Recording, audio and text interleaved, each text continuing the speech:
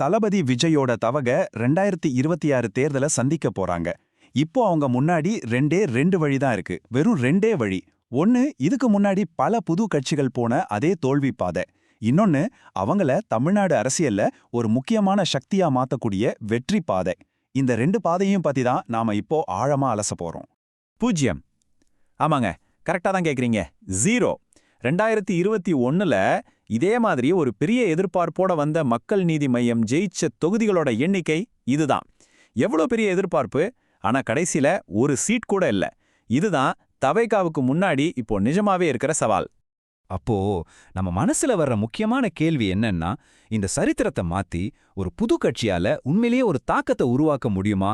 கண்டிப்பா முடியும். ஆனா ஒன்னு தெரிஞ்சுக்கோங்க, உணர்ச்சிபூர்வமான பிரச்சாரம் மட்டும் பத்தாது. அதுக்கு ரொம்ப தெளிவான டேட்டாவை அடிப்படையா வச்ச ஒரு வியூக பாதை வேணும். அதை பத்தி தாங்க நாம இப்ப பார்க்க போறோம்.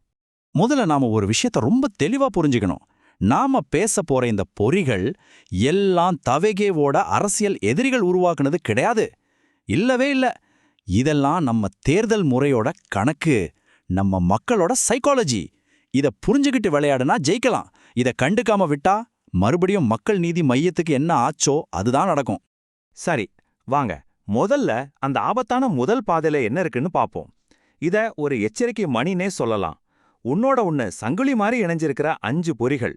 இத கவனிக்காம விட்டா நேரா தோல்விக்கு தான் கொண்டு போய் விடும். பொறிகள்லயே இதுதாங்க ரொம்ப ரொம்ப ஆபத்தானது. தேர்தலுக்கு முந்தின கடைசி 72 மணி நேரத்துல திமுகவும் அதிமுகவும் மொத்த ஆட்டத்தையுமே மாத்திருவாங்க. இந்த எலெக்ஷன் எங்க 2 பேருக்குள்ள நடக்கிற போட்டி தான்னு ஒரு பிம்பத்தை உருவாக்குவாங்க. தவைகாவுக்கு போடுற ஓட்டு வேஸ்ட், அது அடுத்த கட்சி ஜெயிக்கத்தான் உதவும்னு ஒரு செய்தியை பயங்கரமா பரப்புவாங்க. அந்த ஓட்டு வீணாயிருமோங்கிற பயம் இருக்கே, அது போதும் நடுநிலை வாக்காளர்களை கடைசி நிமிஷத்துல மனசை மாத்த வைக்கிறதுக்கு. 2வது பொறி, தலைவரோட மாநில அளவு புகழ் மட்டுமே ஒருபோது ஜெயிக்க வச்சிடாது. யோசிச்சு பாருங்க, தஞ்சாவூர், திருநெல்வேலி மாதிரி கிராமப்புறங்கள்ல இருக்கிற வாக்காளர்கள் என்ன யோசிப்பாங்க? சரி, நம்ம தொகுதி வேட்பாளர் யாரு, நம்ம ஊர்க்காரரா, நம்ம பிரச்சனை அவருக்கு தெரியுமான்னு தான் கேட்பாங்க. இப்படி பல தொகுதிகள்ல புது முகங்களை, யாருன்னே தெரியாதவங்களை நிறுத்தும்போது அது கட்சியோட மொத்த வெற்றி வாய்ப்பையும் ரொம்ப மோசமா பாதிக்கும். 3வது புரிய நாம மணிம ரீப்ளேனே சொல்லலாம். ஏன்னா பாருங்க, ஒரு கட்சிக்கு கணிசமான வாக்குகள் விழும். ஆனா அது 234 தொகுதிக்கும் சரிசமமா பிரிச்சா என்ன ஆகும்? எல்லா இடத்துலயும் ஒரு 20,000 ஓட்டு வாங்கி 2வது இல்ல 3வது இடத்துக்கு வந்துடுவாங்க. ஆனா ஒரு தொகுதியில ஜெயிக்கணும்னா குறைஞ்சது 35,000லேருந்து 50,000 ஓட்டு வரைக்கும் தேவைப்படும். இப்படி ஓட்டு சிதறி போனா வெற்றிங்கிறது வெறும் கனவாதான் இருக்கும். 4வது பொறி. இப்போ நான் சொல்ல போறது ஒரு ஆச்சரியமான ஆனா ரொம்ப அபாயகரமான ஒரு புள்ளி விவரம். சோஷியல் மீடியால ரொம்ப ஆக்டிவா இருக்கிற இளைஞர்கள் உண்மையிலேயே ஓட்டு போட வர்றது வயசானவங்களை விட 8லிருந்து 12% குறைவா இருக்கு. இதுதான் நிஜம். தவகவோட முக்கியமான வாக்கு வங்கியே இளைஞர்கள் தான். அவங்க மட்டும் ஓட்டு போட வரலனா அதுலயே ஈஸியா 2-3 சீட்டு போயிடும். 5வது பொறி, சித்தாந்தத்துல ஒரு தெளிவில்லாம இருக்கிறது. தவகை பொதுவான நல்ல விஷயங்கள பேசுறாங்க. ஆனா அவங்களோட போட்டியாளர்களான நாம் தமிழர் கட்சி மாதிரி கட்சிகள் கிட்ட சமரசமே இல்லாத ரொம்ப தீவிரமான ஒரு சித்தாந்தம் இருக்கு. ஒரு பக்கம் எல்லாரையும் அரவணைச்சு போற மென்மையான பேச்சு, இன்னொரு பக்கம் நெருப்பு மாதிரி உறுதியான ஒரு சித்தாந்தம். இதனால ஒரு வலுவான சித்தாந்தத்தை தேடுற வாக்காளர்களை தவேக பக்கம் இழுக்கிறது கொஞ்சம் கஷ்டமா இருக்கலாம். சரி, இந்த எச்சரிக்கைகள்லாம் போதும். இப்போ நாம பாதையை மாத்துவோம். 2வது பாதை. இந்த 5 பொறிகளையும் உடைக்கிறதுக்காக டேட்டாவை வச்சு உருவாக்குன 5 எதிர்நகர்வுகள், அதாவது வெற்றி பாதைக்கு எப்படி போறதுன்னு பாப்போம். அந்த ஓட்டு வீணாயிடுங்கிற கடைசி நேர ஆயுதத்தை எப்படி உடைக்கிறது? ரொம்ப சிம்பிள். தேர்தலுக்கு பல வாரங்களுக்கு முன்னாடியே நாம குறிவைக்கிற தொகுதிகள்ல இருக்கிற வாக்காளர்கள் கிட்ட உங்க ஓட்டு வீணாகாது, இந்த தொகுதியில தவகதா ஒரு வலுவான போட்டிங்கிற செய்திய அந்தந்த ஊர் டேட்டாவோட கொண்டு போய் சேர்க்கணும். இது அவங்க நம்பிக்கையை பலப்படுத்தும், கடைசி நேர பயத்தை போக்கும். 2வது எதிர்நகர்வு. ஒரு புது கட்சி எடுக்க வேண்டிய முடிவுகள்லயே இதுதான் ரொம்ப கடினமான ஆனா மிக மிக முக்கியமான முடிவு. 234 தொகுதியை ஒன்னா நினைச்சு நம்ம சக்தி, பணம், நேரம் எல்லாத்தையும் விரயம் பண்றதை விட எங்க ஜெயிக்க வாய்ப்பு இருக்கோ அந்த இடங்களை மட்டும் கண்டுபிடிச்சு அங்க முழு கவனத்தையும் செலுத்துறது தான் புத்திசாலித்தனம். இதை எப்படி ஒரு 3 அடுக்கு முறையில செய்யலான்னு பார்க்கலாம். சரி, அந்த வியோகம் எப்படி இருக்குன்னு பாப்போமா? இது ஒரு 3 அடுக்கு திட்டம். முதல் அடுக்கு, ஜெயிக்க அதிக வாய்ப்புள்ள டாப் 10 தொகுதிகள். கட்சியோட மொத்த பட்ஜெட்ல 70%, தலைவரோட நேரம் எல்லாமே இந்த 40 தொகுதிகளுக்கு மட்டும்தான், வேற எங்கேயும் இல்ல. 2வது அடுக்கு, அடுத்த 80 தொகுதிகள். இங்க போட்டி கடுமையா இருக்கும். இதுக்கு 25% பட்ஜெட். இங்க ஜெயிக்கிறதே இல்லக்கு ஒரு வலுவான 2ஆம் இடத்தை பிடிக்கிறது தான். 3வது அடுக்கு, ஜெயிக்கவே முடியாத 114 தொகுதிகள். இதுக்கு வெறும் 5% பட்ஜெட் போதும். சும்மா பேரளவில் அங்க போட்டி போடுறதுக்காக. 3வது எதிர்நகர்வு. இதுக்கு பேரு சர்ஜிக்கல் ஸ்ட்ரைக் வியூகம். மாநிலம் முழுக்க நம்ம ஆதரவை லேசா பரப்பி வைக்காம ஒரு லென்ஸ் மாதிரி எல்லாத்தையும் ஒன்னா குவிச்சு அந்த 40 தொகுதிகள் மேல மட்டும் நெருப்பு மாதிரி பத்த வைக்கணும். தொண்டர்கள், டிஜிட்டல் விளம்பரம், தலைவரோட பேரணிகள்னு எல்லாமே இந்த 40 தொகுதிகளை மட்டும்தான் குறி வைக்கணும். அப்போதான் சிதறிக்கிடாற ஓட்டு ஜெயிக்கிற தொகுதிகளா மாறும்.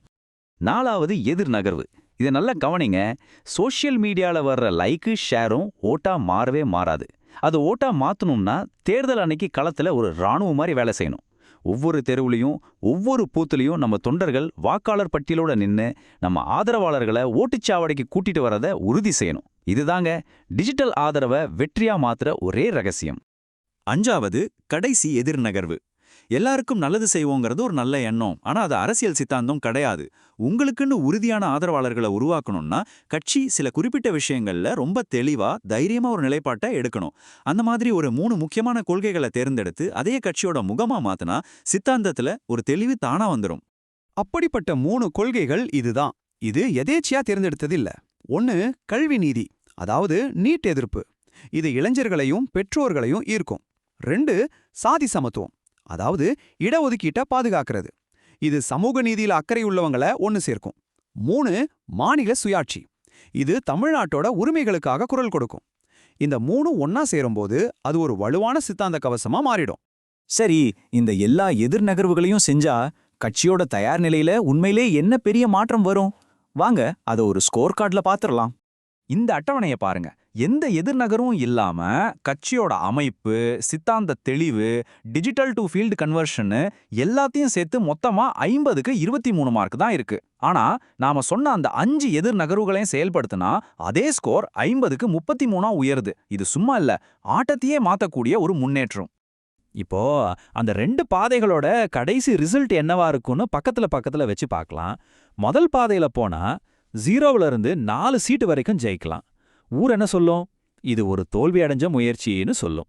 ஆனா 2வது பாதையை தேர்ந்தெடுத்து இந்த எதிர் நகர்வுகளை செயல்படுத்தினா 8ல இருந்து 20 சீட்டு வரைக்கும் ஜெயிக்க வாய்ப்பு இருக்கு. அப்போ ஊர் என்ன சொல்லும்? ஒரு உண்மையான அரசியல் சக்தி உருவாகிருச்சுன்னு சொல்லும். வித்தியாசம் அவ்வளோ பெருசு. இந்த ஒரு வரி எல்லாத்தையும் தெளிவா சொல்லிடுது. வெற்றிக்கும் தோல்விக்கும் உள்ள வித்தியாசம் பணத்துல இல்ல, அது வியூகத்துல காட்டுற ஒழுக்கத்துல இருக்கு. கட்சிக்குள்ள இருக்கிற ஒருங்கிணைப்புலையும் இந்த மாதிரி கடினமான வியூக முடிவுகளை எடுக்கிற தைரியத்திலையும் தான் இருக்கு. ஆக நாம இவ்ளோ நேரம் பார்த்தது ஒரு ஜோசியமே இல்ல, இப்படிதான் நடக்கும்னு சொல்ற கணிப்பும் இல்ல. இது தவகையோட தலைமை இப்போ எடுக்க வேண்டிய ஒரு மிக முக்கியமான வியூக தேர்வு. அவங்க எடுக்க போற இந்த முடிவு வெறும் கட்சியோட எதிர்காலத்தை மட்டும் தீர்மானிக்காது, தமிழ்நாட்டோட அரசியலோட எதிர்காலத்தையே கூட தீர்மானிக்கலாம். அவங்க எந்த பாதையை தேர்ந்தெடுக்க போறாங்க பொறுத்திருந்து தான் பார்க்கணும்.